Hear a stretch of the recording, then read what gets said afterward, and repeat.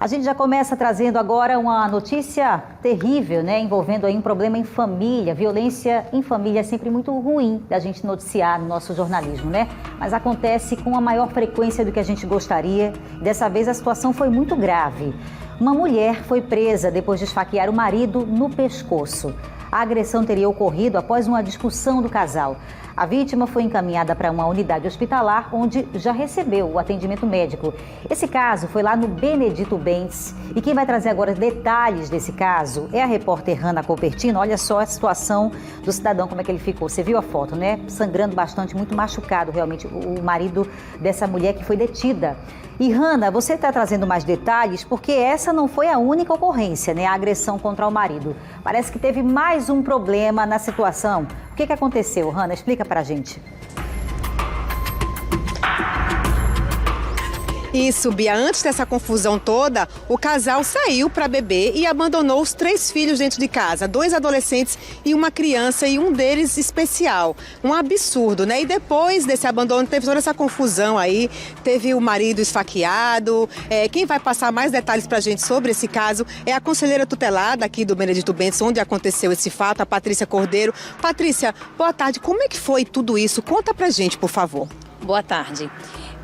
O seguinte, a gente foi acionado à noite, em volta de 21 horas, onde a gente ficamos sabendo que o pai foi esfaqueado, mas além disso tinha 3 crianças abandonadas dentro de casa. Criança não, 2 adolescentes e uma criança, aonde o pai estavam bebendo e deixaram só. Esse conselho foi acionado através de um colega de trabalho, Divaldo Titio, e a gente fomos até lá. Verificamos o fato e infelizmente a gente teve que colocar em uma instituição. Inclusive teve esse caso, né, que a mulher esfaqueou o marido. Exatamente. O pai, que é genitor das crianças, felizmente sofreu um esfaqueamento, quase morreu, não pegou na veia aorta, mas foi para a UPA, foi socorrido, mas a mãe, infelizmente, foi pega em flagrante.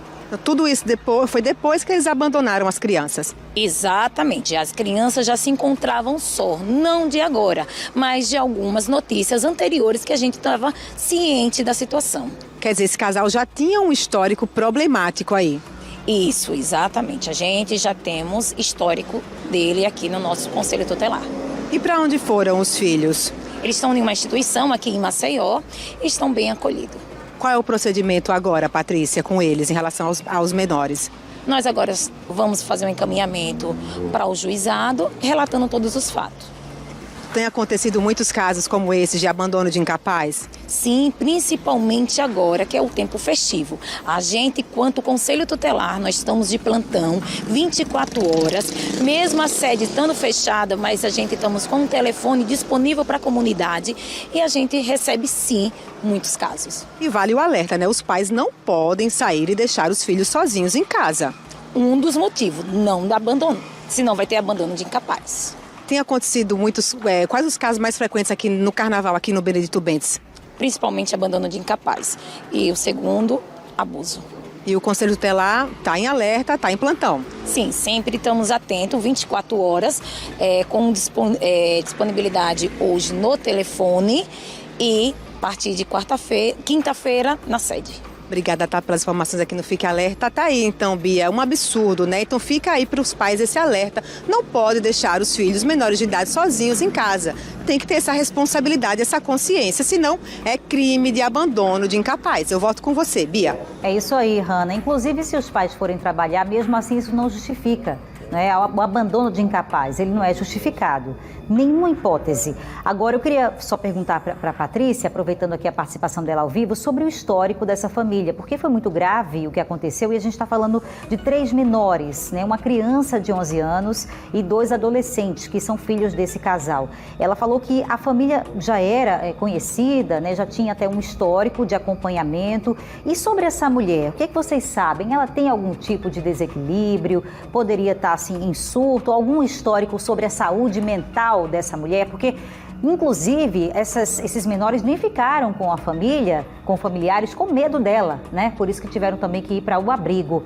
Então, o que você sabe mais sobre a história, infelizmente, dessa família? Patrícia, por favor. A Bia, Patrícia está perguntando o que você sabe mais sobre o histórico dessa família, né? Se a mãe teve algum surto, se tem algum histórico de algum problema mental na família. A gente falou que um dos filhos tem um problema. Se tem alguma informação em relação a isso, o que você tem de mais informações sobre o histórico desse casal? A gente sabe, quanto comunidade, que eles são um casal que bebe muito e a partir do momento da bebedeira, eles também deixam essas crianças só. Enquanto isso, a mãe é muito agressiva com o familiar em si, principalmente com um adolescente que é especial. Então a gente pode afirmar que eles têm problema com álcool, eles são alcoólatras? Sim, sim. Ou seja, o que gera toda uma questão de violência, de desequilíbrio ali dentro de casa. Exatamente. Essa violência doméstica existe entre pai e mãe, quanto as crianças e adolescentes. Tem algum familiar, vocês conseguiram fazer essa busca? Tem alguém da família que possa ficar com essas crianças? Ou também tem problemas? Sim, a gente encontramos um tio, já tentamos deixar 2 vezes na casa do tio para ter cuidados maiores com responsabilidade, mas a mãe, devido a ser tão agressiva, o tio não tem tanta autoridade com ela. Essa tia já cria um filho dela, o qual já passou pelo lado jurídico, mas os 3 demais, infelizmente, a mãe é muito agressiva, então a gente não consegue deixar com a família extensa. Então é a justiça aí que vai cuidar dos próximos passos em relação ao futuro das crianças? Sim, a gente estamos colocando o relatório para a justiça. Obrigada, tá, Patrícia? Tá aí então, Bia, que tristeza, né? Assim, 3 crianças, já tem uma outra criança também, no meio aí dessa confusão, dessa família desequilibrada. Muito difícil a situação, né, Bia? Nossa, muito complicado, e quando envolve aí o vício, né? Possível vício em bebidas alcoólicas, como citou a conselheira, se torna ainda mais difícil, porque é uma questão até de saúde, né? De dependência, enfim, que gera toda a desestrutura que a gente está ouvindo falar. Agora, as pessoas que moram aí no Benedito Bens podem até saber, viu, Hanna, de outros casos de abandono de incapaz, né, de pessoas que também têm esse hábito de deixar menores sem um acompanhamento, sozinhos, porque vai trabalhar ou porque vai realmente se divertir por aí. Como é que faz, só para a gente encerrar aqui esse assunto, dando também um serviço para quem está em casa, como é que faz para acionar hoje o Conselho Tutelar? Você é minha amiga que está em casa, meu amigo, tem um vizinho que tem problemas assim, você percebe que tem menores aí na sua vizinhança que estão muito tempo sozinhos, o que é uma situação de risco, né, para muitas crianças, infelizmente a gente sabe que acontece. Como é que faz para acionar hoje o Conselho? Como é que o Conselho vai fazer essa abordagem, vai salvaguardar a vida e a integridade desses menores? Só para a gente trazer o serviço também, né, Hanna? Sim, é importante, Patrícia. Quem precisar acionar o Conselho Tutelar, como é que faz? Agora no Carnaval a gente falou que está em regime de plantão, né? As portas estão fechadas, mas vocês estão trabalhando. Se alguém precisar fazer uma denúncia, principalmente essa questão de abandono de incapaz, como você falou, abuso, que tem mais acontecido, como é que as pessoas podem fazer? Também, através do nosso telefone, né, que estamos de plantão, mas também o Disque 100 está disponível e a gente somos acionados imediato. Passa, por favor, o teu contato, Patrícia. Meu contato é 98816 5881.